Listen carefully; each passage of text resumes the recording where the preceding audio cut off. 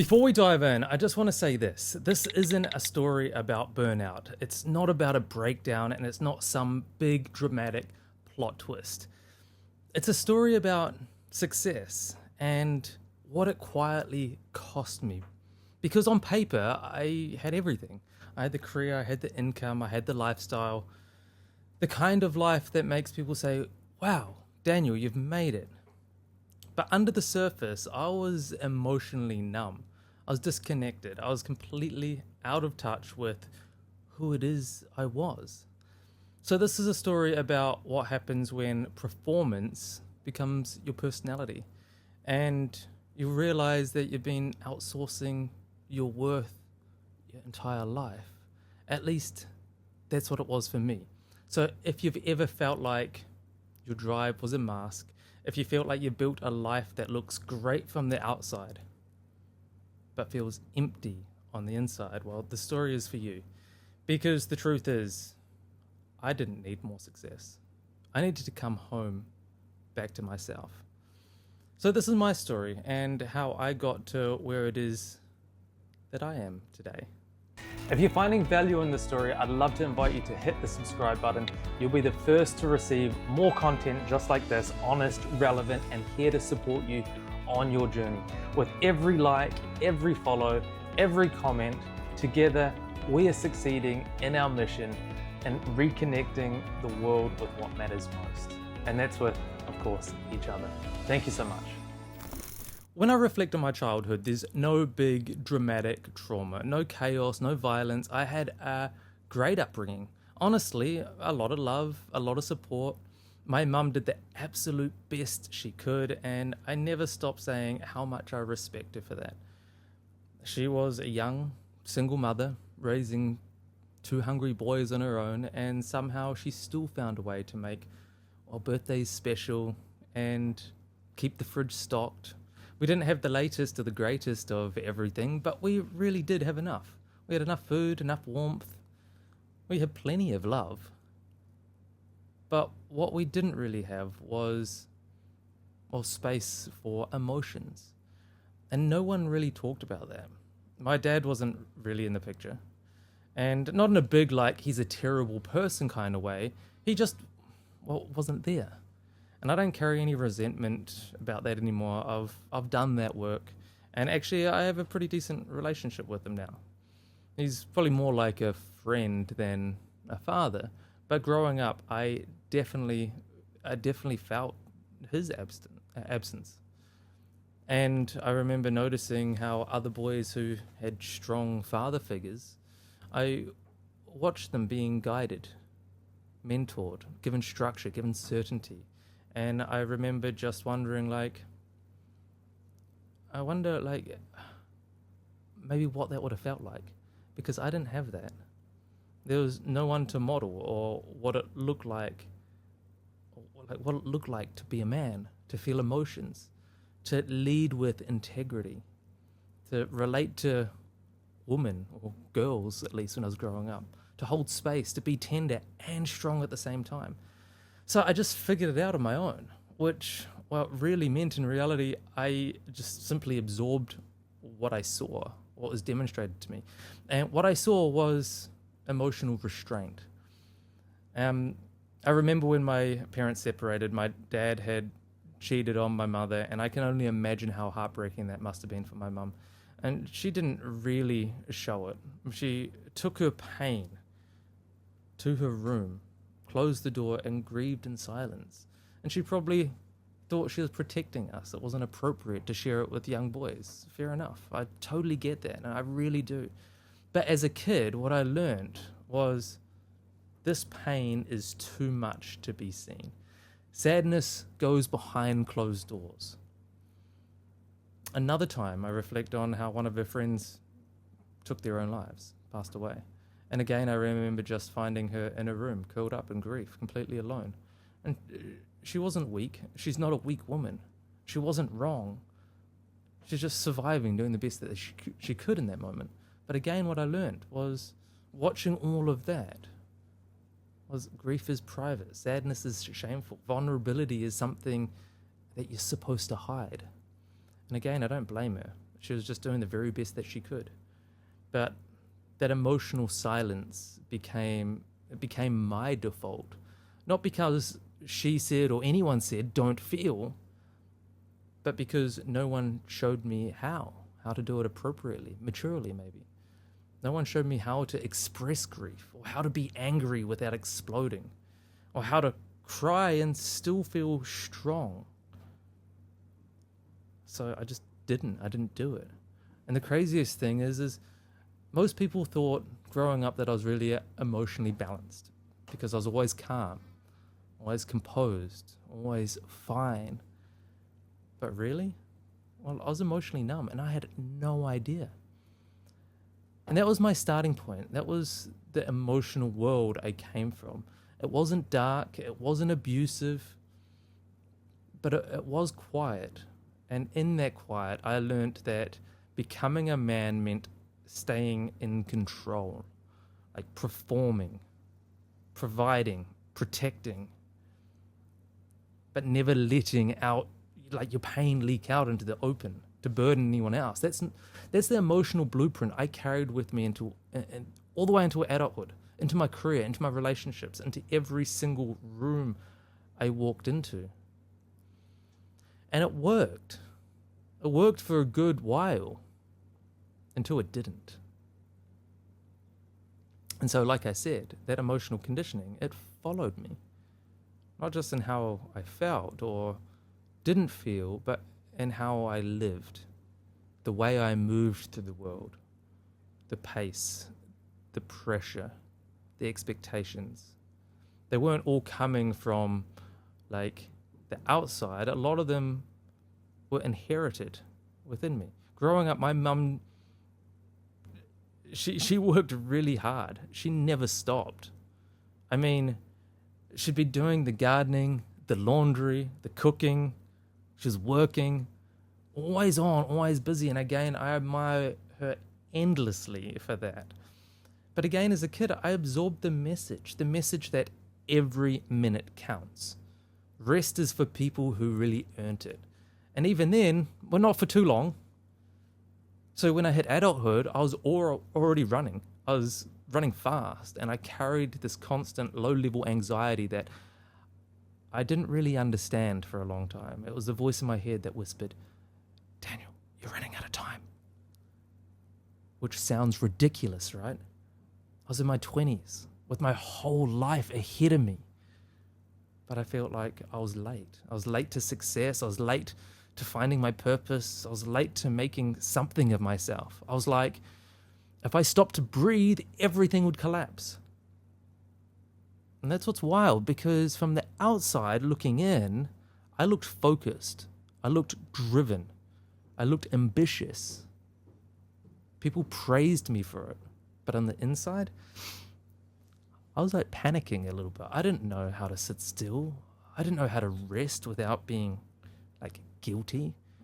I'd taken my mum's survival mode and turned it into like my personality. And even now, like recently, I went back home, and if I'm just sitting there on my laptop doing some like deep focused work, like what I get paid to do, I still feel this internal pull that I should be doing something else. Like I should be outside, like chopping firewood or fixing something or mowing the lawn or doing something that looks productive. Because deep down, I still carry that old programming that if you're not doing something visible and useful, then you're lazy. That was the story in my head. Now I know that story, it wasn't mine. It was something that again, I absorbed. It was demonstrated to me by watching someone I love survive. But she did it beautifully. And for me, carrying that pace into adulthood, it wasn't survival anymore. It was a slow form of self-abandonment. I never gave myself permission to slow down, to ask what I needed, to feel what was underneath all the doing. Because if I slowed down, I don't know if I'd like what I found.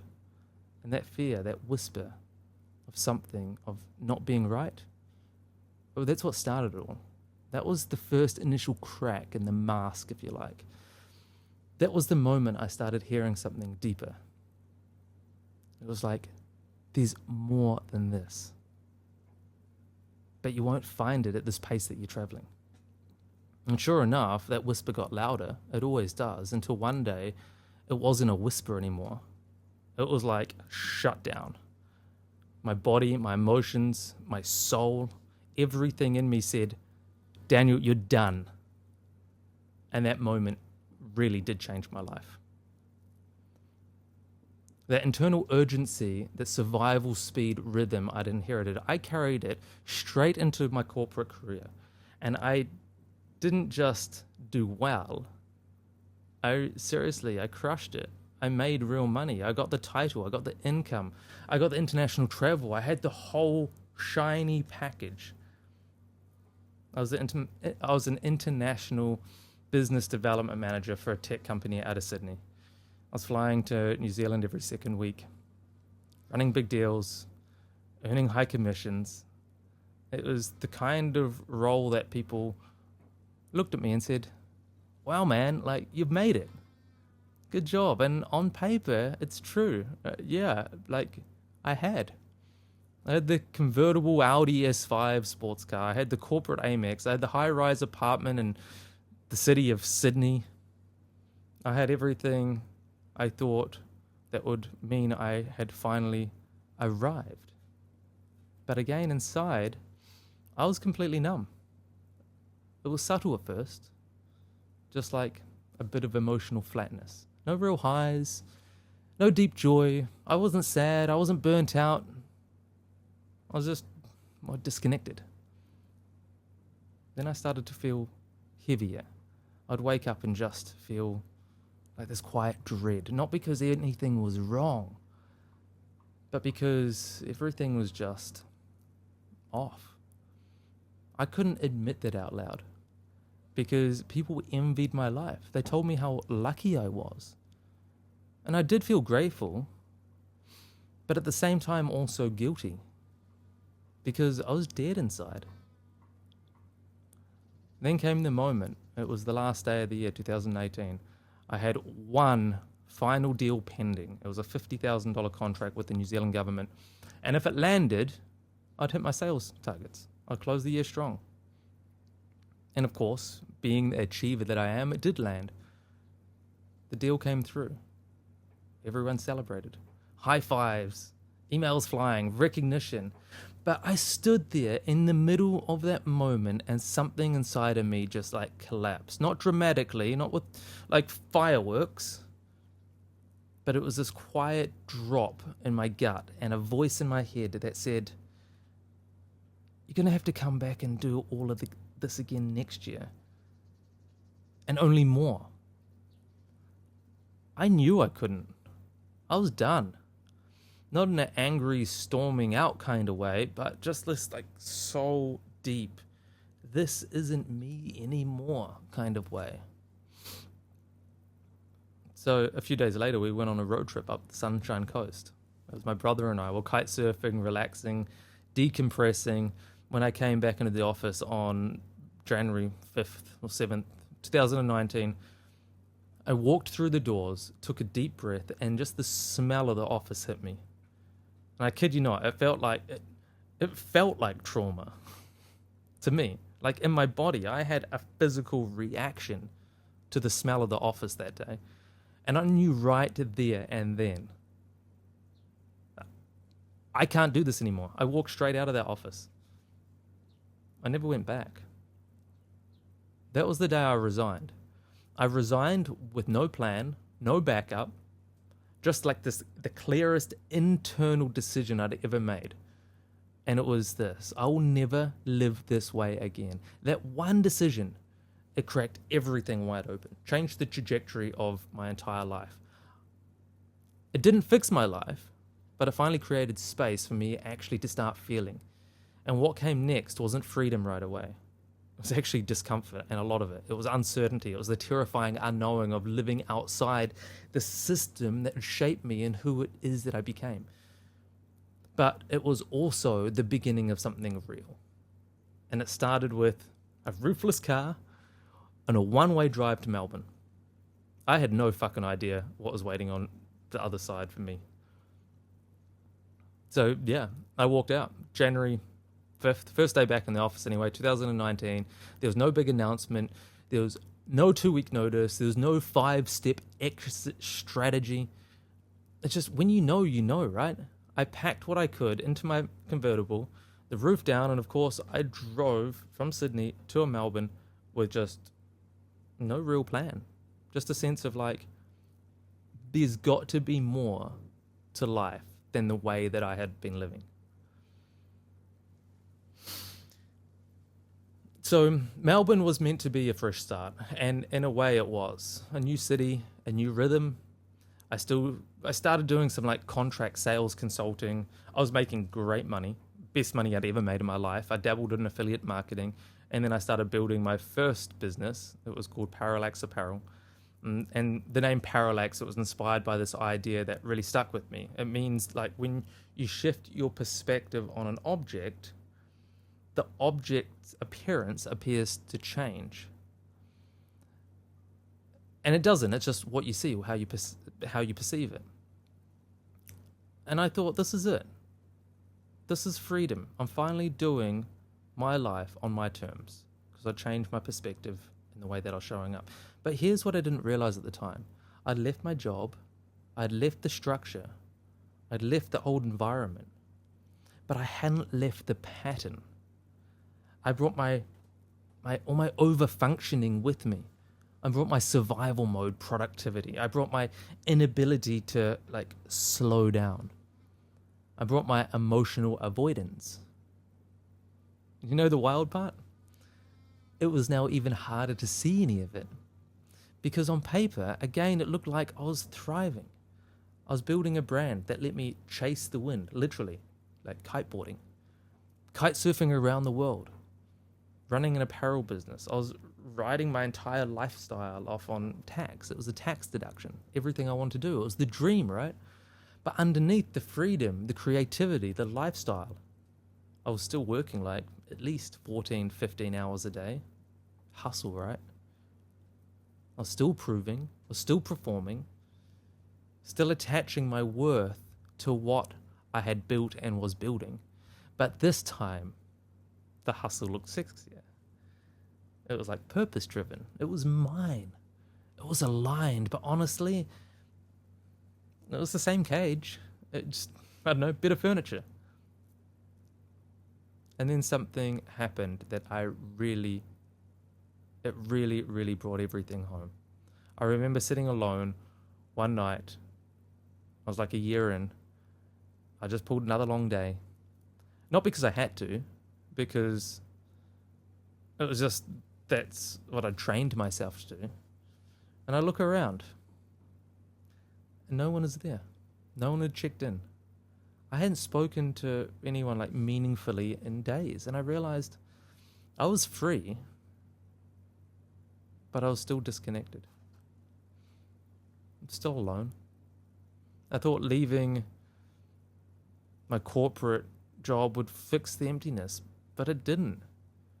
Because I hadn't left me or that version of me. I just relocated my trauma, repackaged my patterns, and put new paint on the same blueprint than I'd always had.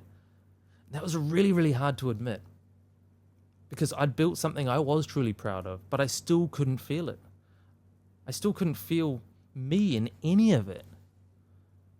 And so that was the moment where I started asking different questions. I had no choice. Not like, how do I scale this? Not how do I earn more or automate more or grow more, but it was questions like, why do I feel so empty? Why does success still feel like survival? Why can't I even be proud? Like, even when I'm winning.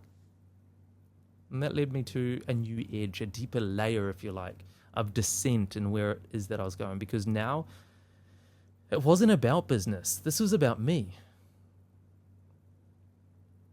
So there I was, living the free life, running my business, working on my own terms. I was kite surfing. There's beach sunrises and sunset beers, and yet I was still carrying something really heavy. Not on my calendar, or not on my workload, but it was just like here in my chest, in my stomach. I felt alone. And I wouldn't have said that at the time. No way I would have said that back then. Because I didn't even know how to name it. What I would have said is probably, I'm just busy. I'm just focusing on the business. I'm not looking for anything serious right now. But behind all of that, I was deeply lonely. Not lonely like I don't have people around me. Lonely like no one really knows me. And Tinder was my go-to at the time. It was easy. Swipe, match, go out, have a laugh, maybe hook up, maybe not. It gave me a short-term hit of social connection, if you like, a bit of validation, a reminder that I was still attractive, maybe, still wanted. But the next morning I just go straight back to my cave, my office, right back to the work. And that loop was my coping strategy. What I didn't realize at the time is I'd found a new addiction. Compulsion, maybe. Not to sex or dating itself, but to the avoidance of intimacy. I used the illusion of connection to mask the absence of real closeness. Every time I dipped my toe in, I pulled it back out. Every time I met someone good, I found a reason why not to pursue it. And honestly, I just didn't believe I had the emotional capacity for a real relationship. It's probably true. I told myself I was just too focused, just too busy, too mission driven. But the truth is, I was scared. I was scared that if somebody really saw me, my true me, who it is that I am, well, they'd leave. Or worse, they'd stay and I'd mess it all up. That I'd hurt them or I'd lose myself. And here's where it all started to click, because I never learned how to let someone in. I never learned how to let myself in. I didn't know how to feel things. How to sit with pain, how to actually grieve, how to express sadness. I couldn't do any of this without shame, because from childhood, I'd learnt to internalize everything. This is the demonstration that was given to me. Pain goes to the bedroom. Tears happen in silence. Keep performing, keep moving, keep looking good. And now, even with all the freedom I had built, I was still just performing. Just for a smaller audience, maybe. And this was a really dark chapter not because everything blew up, but because I had to sit in the slow, heavy realization I had created a beautiful life on the outside, and I couldn't actually feel it on the inside. I didn't know what to do with that. That's what led me to a personal development event. It was the next big turning point. Not because I thought I needed to change, but because a small part of me whispered, Daniel, maybe you've missed something. And what happened there did change everything. Because somebody finally said something to me that cracked me wide open. The part of me I didn't even know I had locked away. And I want to share what that was, because it was the beginning of something real. So I ended up at this personal development event in Melbourne, not because I thought I needed help, but because I was seeking some deep healing. And honestly, I just thought, if I just grow my business, I'll probably need to grow myself a little bit. It was a marketing event, or at least that's what I thought I'd signed up for. The tickets were $60, so I wasn't expecting much. But what I walked into really did change everything. At one point during the weekend, I found myself, I was in one of the breaks talking to one of the head coaches. And it was just a casual chat. There was no agenda. He asked me, he goes, how you doing? And I gave him the usual, yeah, not too bad, all good. And he paused. He looked me in the eye and he said, how are you really doing? And I don't know what it was about, maybe the way he asked it, but something hit me differently. So I said, honestly, sometimes I feel like shit. And he laughed and I laughed, but he didn't stop there. He asked if he could challenge me a little bit more, and I said sure. Then he asked me something that cracked me open once again. He goes, do you ever feel anything else? And that one question hit me like a fucking freight train, because I stopped and I realized I don't. I don't feel the highs. I don't feel the lows. I'm very rarely angry. I'm not really sad. I'm just like, fine. And at the time, I thought emotionally stable, like everyone perceived me as, which until that moment I thought was a good thing. But he took it further. He said, so you're living in this emotional range between, well, not too bad and, well, not too bad. He said, what if life is like keys on the piano? You've got this one note here. Ding, ding, ding, ding. What if you could access the full range of notes on the piano? What if you could like play Mozart, the high notes and the low notes? And it stopped me to pause, and I thought, because for the first time, I realized I had been just living that one note, good, not too bad. Not because I wasn't capable of more, but just because I was afraid of living more. Because it meant risk. It meant feeling things. It meant feeling things I didn't know how to hold. And he asked me one more question that I couldn't answer at the time. He asked me, Daniel, how are your relationships? And that really made me freeze. I wanted to say good, but I couldn't. Not this time, because the truth was, I hadn't been in a real relationship for years. My friendships weren't great. Even with my family, kind of distance. I'd been dating, I'd been hooking up, been like surface conversations, whatever, but I hadn't really let anyone in. And when he asked me why, I gave what I thought was like a truly vulnerable answer. I said, I think I need to develop more empathy and compassion. He nodded. He acknowledged me for that. But deep down, I didn't know how to do compassion or empathy.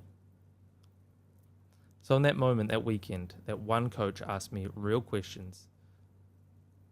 That was a major crack in the mask and who it is that I was, because for the first time, somebody reflected back to me my emotional maturity wasn't actually, well, it actually was emotional avoidance. And I knew something needed to change. For the first time, I was willing to do something about it. But when I looked at the next step, investing in real support and actually backing myself with money, with time, with energy, with effort, again, like I froze, because I'd never done that before. Not without a guaranteed result. Not when the stakes like were me. I remember not even being able to buy a $14 domain when I was first starting up, because that part of me didn't believe I'd follow through. I didn't believe I was worth it. I didn't trust that I'd show up and make something of it. So the idea of spending thousands of dollars on something I couldn't measure yet, that was terrifying. But there was this moment, this quiet, defining moment, and a voice in me that whispered, if not now, then when? And if it's not you that's going to do it for you, then who? Maybe investing wasn't about certainty. Maybe it was about the message I was sending to myself. You're worth this. You're worthy of the work. You're capable of the change. So I did it. I rolled the dice. I backed myself. And I look back now and I see that first investment, it wasn't about strategy. It was about self-worth.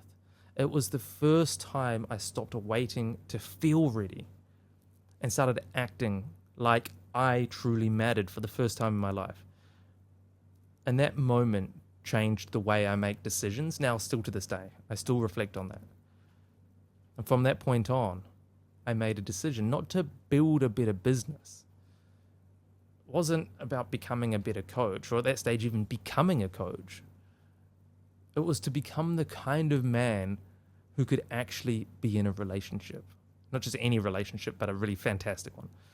And that decision led me into the most powerful, most humbling, most painful emotional tests of my life. Because here's the truth. When you open your heart, it's going to get broken. I promise you that. So after that weekend, I made a decision. Not to master some new mindset trick. Not to become the kind of... Well, it's just to become the kind of man I need to be, basically. For the relationship I'd never had. At that point, I was 30, I don't know, maybe 31. I'd never had a real relationship. Not one where I was like truly all in. Not one where I was emotionally available. Not one where I showed up with my full self. So I got serious about doing the work. I really did. I signed up for the coaching program. Not to get coached, ironically, but to become a coach. And I thought, if I can learn how to coach others, maybe I can figure out how I can help myself. And I'll be honest, there was still a part of me that hoped if I just become better, more emotionally intelligent, more present, more grounded, that love would just magically show up and it would be easy. But it didn't go that way. Of course it didn't go that way. Eventually, I met someone, though, and she was everything I thought I wanted. She was beautiful, she was smart, she spoke Spanish, the literal dream girl for the pages of the magazines. She looked someone straight out of my imagination. And for a while, it was the most amazing thing I'd ever experienced. She made me feel like a king, wanted, important. I felt chosen. But beneath the surface, there was this volatility I just wasn't ready for. And the highs were intense, but the lows were explosive, like a bomb exploding, flat in the relationship. There were moments that felt like magic. And the moments when the bomb had gone off in the room, arguments that escalated, triggers that blew out of proportion, emotional chaos, I didn't know how to handle. And because I just started doing the work, I thought it was on me to fix it. This is my responsibility. I need to show up better. If I can just hold more space, this will all stabilize. But eventually, my coach said something to me that really landed. He said, in a relationship, one person can be more emotionally mature, like here, but if the other one can't rise to meet them, the one who's high will just have to come down. And eventually you'll meet at the lower level. That's where things will maintain. And I saw that was the case. That's what was happening. So all this work I was doing, all this emotional growth, all this healing, didn't matter if the person I was with couldn't meet me there. And no matter how hard I tried, she couldn't. We weren't aligned. And so I made one of the hardest decisions I had ever made.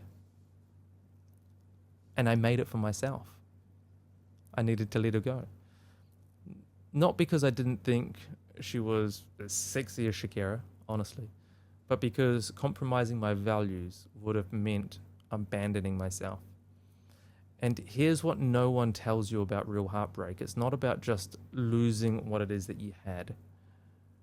It's about grieving all the future that you imagined.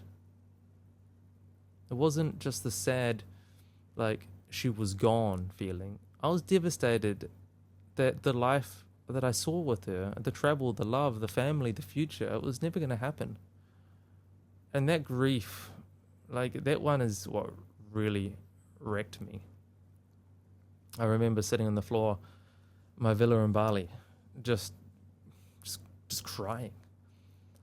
Not wipe a tear kind of crying. It was full on puddle on the floor kind of sobbing. And for the first time in my life, I didn't try to stop it. I didn't try to fix it. I didn't try to numb it.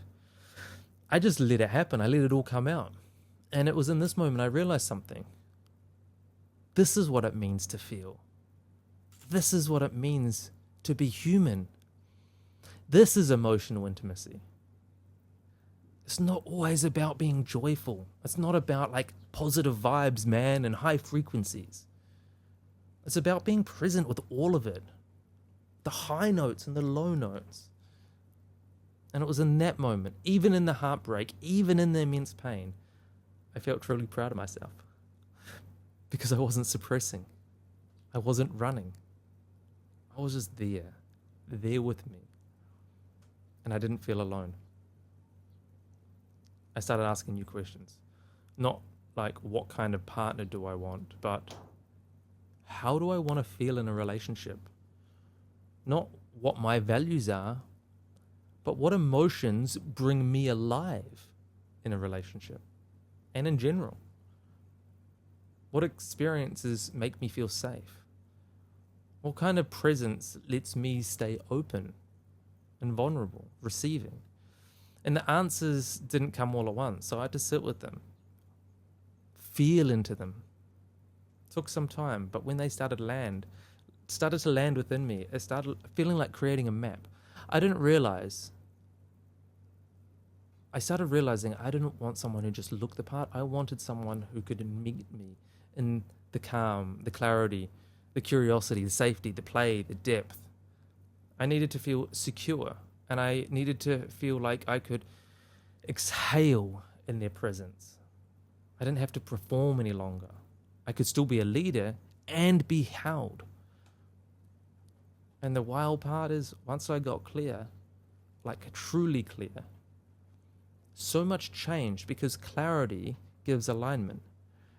And it's not just about like filtering others, it's about filtering yourself. Suddenly I could feel the difference between someone who made me light up and someone who made me go back into like performing mode. I could tell if I wasn't open. Or I was just available. I could tell if I was present or I was people pleasing. And when I stopped trying to prove my worth, when I stopped trying to make it work, when I stopped ignoring the red flags just because the chemistry was like hot, that's when something, or should I say someone, really showed up. I became emotionally available for the first time in my life. Not just to a woman, but to myself. And it really did. I can't understate it, how it really did change everything. And then not long after that, and like just a matter of weeks, I met this woman. Not the woman in my dreams, not the Shakira-like fantasy I had in my mind, in my head, but the real woman. She was present, she's soft, strong, honest, grounded. And from day one, it felt different. We met at a CrossFit gym in Bali. We went on this like no expectations coconut. It wasn't even a date. It was just a coconut at the beach. We started sharing ideas about life, discomfort, values, growth. And it was like, oh, there you are. And it wasn't about sparks or butterflies or fantasies. They did come later, mind you. It was just in that moment about feeling seen. And that's what started as an open conversation. It really turned into the deepest relationship I've ever had. And from every month I still ask myself the same thing. How could this get any better? Every month it still does. Been at this point 2 years, 8 months now. Because I'm not performing, I'm present. Because I'm not chasing, I'm connected. Because I'm not proving, I'm just at peace. And this is what emotional leadership looks like. Not in business. There is elements of it. But in love, in life. And how you hold yourself. Even when no one's watching. And that's what changed everything for me. And it's what now I help others access now within themselves as well.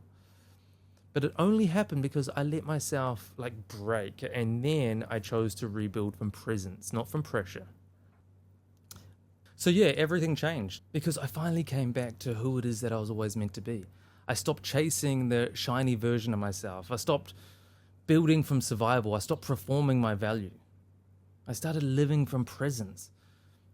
I know how it feels to feel grounded in a relationship, to feel safe in my body, to say what I need to say without shame, to love without losing myself in the process. And that I believe is freedom. It's not a kite surfing, tax deductible, digital nomad kind of freedom, but it's the kind that happens when you're not running from yourself anymore. I don't avoid conflict now. I don't ghost my own emotions. I don't collapse under someone else's feelings. I don't need constant feedback to feel enough because I've created emotional safety within me. And what's wild is that's what made everything else better. My business feels better. My relationship, all of my relationships feel deeper. The sense of purpose is clearer because I'm not trying to earn love anymore. I'm offering it from wholeness. And I want to be really clear here. None of this came from reading books or doing breath work or ice baths or going to enough retreats in beautiful places like Bali. It came from finally sitting with myself in the grief, in the heartbreak, in the emptiness, and finally deciding to stop outsourcing love.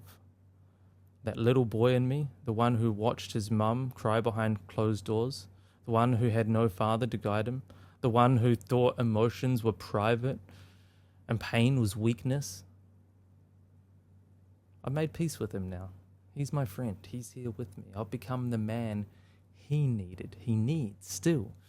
And that's why I try to embody this every single day. Not perfectly, but honestly, just fully in the amount that I can right now. That's why I work with the people that I do. High performers, leaders, men and women who have built big things, have created success, have made an impact, but somewhere along the way, they have abandoned themselves. People who are surrounded by admiration but are starving for intimacy. People who are brilliant but are emotionally unavailable to others and to themselves. I see them because I was them. I know that underneath the overfunctioning, underneath the strategic confidence, underneath the I'm fine mask, there is a heart and there's an aching to be felt. So I've returned now, not to the old world I came from, but to the real me, the one who can lead, to love, to live from a place that's real. And if you were where I was, I want you to know this. You're not broken. You're not too late. You don't need to start over. All you need to do is come home to yourself, because when you do, everything changes. And so now this is the work. Not helping people achieve more. Not helping them perfect their brand or sharpen their strategy, but helping them get clear of what's beneath it all. Helping them see the biggest challenge in their relationships isn't the communication, it isn't the timing, it isn't the compatibility, it's them. Not because they're wrong, but because they've been operating from a version of themselves that was not built. It was built for approval, not connection. I help ambitious individuals, just like I was, to finally stop outsourcing their worth to the world around them and start building an intimate, embodied relationship with themselves. Because that's where everything flows from. The love, the leadership, the life that actually feels like theirs. I don't do this work because I studied it. Sure, there's some of that. I do it because I lived it. Because I know what it feels like to sit in a high-rise apartment and feel really low inside. Build a brand and still not feel seen. Be surrounded by people and still feel unknown. Hit the goals and feel nothing. I've been there. I've also come out the other side. Not healed, but at least honest. Not perfect, but present. And what I now offer to others is a path back to themselves. What I do isn't therapy. It's not performance coaching. It's not surface level emotional intelligence on a spreadsheet. It's personal leadership rooted in presence. It's self-responsibility and building relationships that don't require performance to maintain them. Because when you lead yourself emotionally, relationally, internally, you start showing up in your life in a way that feels true. Not impressive, not productive, true. And that's what most high performers are quietly starving for. Not another win, not another badge, but the feeling of finally being at home in their own life. Peace. So if any part of the story hits something within you, a moment you recognize, a breath you didn't know you needed to take, then this is your moment too. It's not to rip your life apart, but to finally feel it again, to stop ghosting yourself, to stop performing like connection and come back to lead with love and to live from you. Because when you do, that's when everything changes. And when you're ready to begin that journey, that's what I'm here for. Not to rescue you, not to fix you, but to walk beside you as someone who's been through it. Because this work, it doesn't just change your relationships, it gives you back. And I believe that's the most intimate relationship you could ever have.